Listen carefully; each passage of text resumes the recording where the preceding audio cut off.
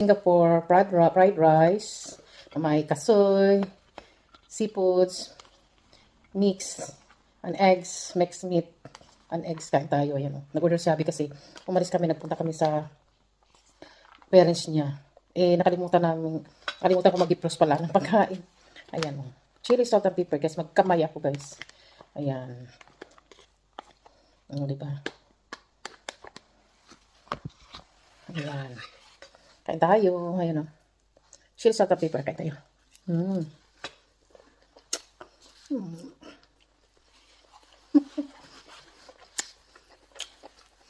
Ang sarap ang mukbang kayo. Sarap ang kanin.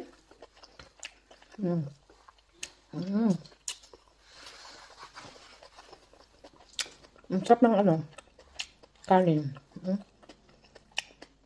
Fried rice. Ang sarap pala nito. May kasoy, eggs, meat, and shrimp. Ang sarap. Kain tayo. Kamay ko tayo sa share.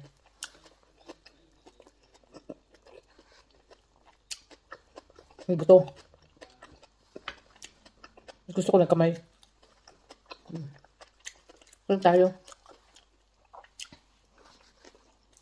Ito talaga ang paborito ko sa Chinese takeaway. Chili, salt, and pepper spare ribs. Pork spare rib. Nagutom na ako kasi hindi kami nag-lunch. Breakfast lang. Tapos umalis kami, nakalimutan kong mag-defrost ng pagkain. Pag uwi, wala na kaming ulam.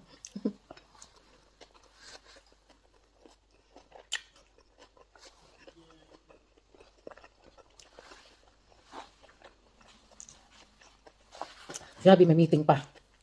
Nauna ako sa kanya kasi mainit. Magkaiba naman kami yung kumakain ng may seafoods eh. Nauna ako sa kanya. So, saan tayo?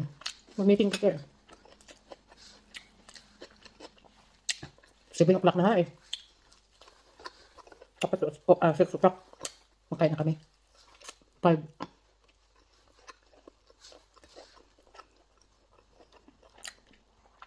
Sarap yung sinangag nilang kanin. Fried rice, may pineapple. Sarap. Pag nagluto ako guys, 5 o'clock. Makain na kami 5 o'clock. Ay, hindi na niya ako pinagluto kasi wala nang oras. Sarap. Kain tayo.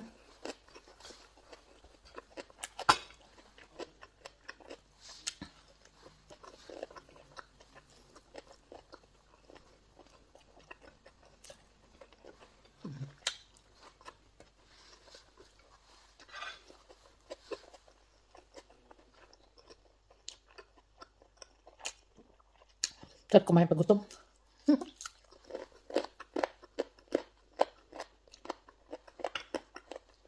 Magmamadali kasi. Imbis magluto na ako. Magmamadali. Hindi tuloy ako nakapagluto. Order na lang kami ng Chinese takeaway.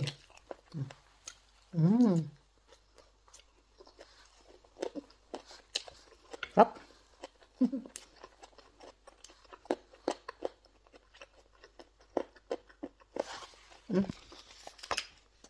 Ano to guys? Chili, salt, and pepper.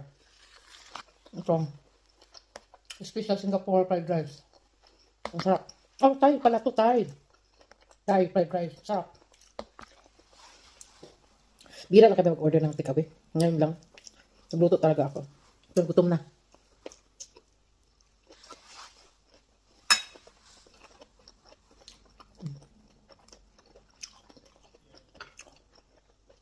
Tagal nga, be. Yung meeting. Online meeting sa work. Hindi ako makapahintay. Gutom na ako. Saka magkaiba kaming order. So, ano ako?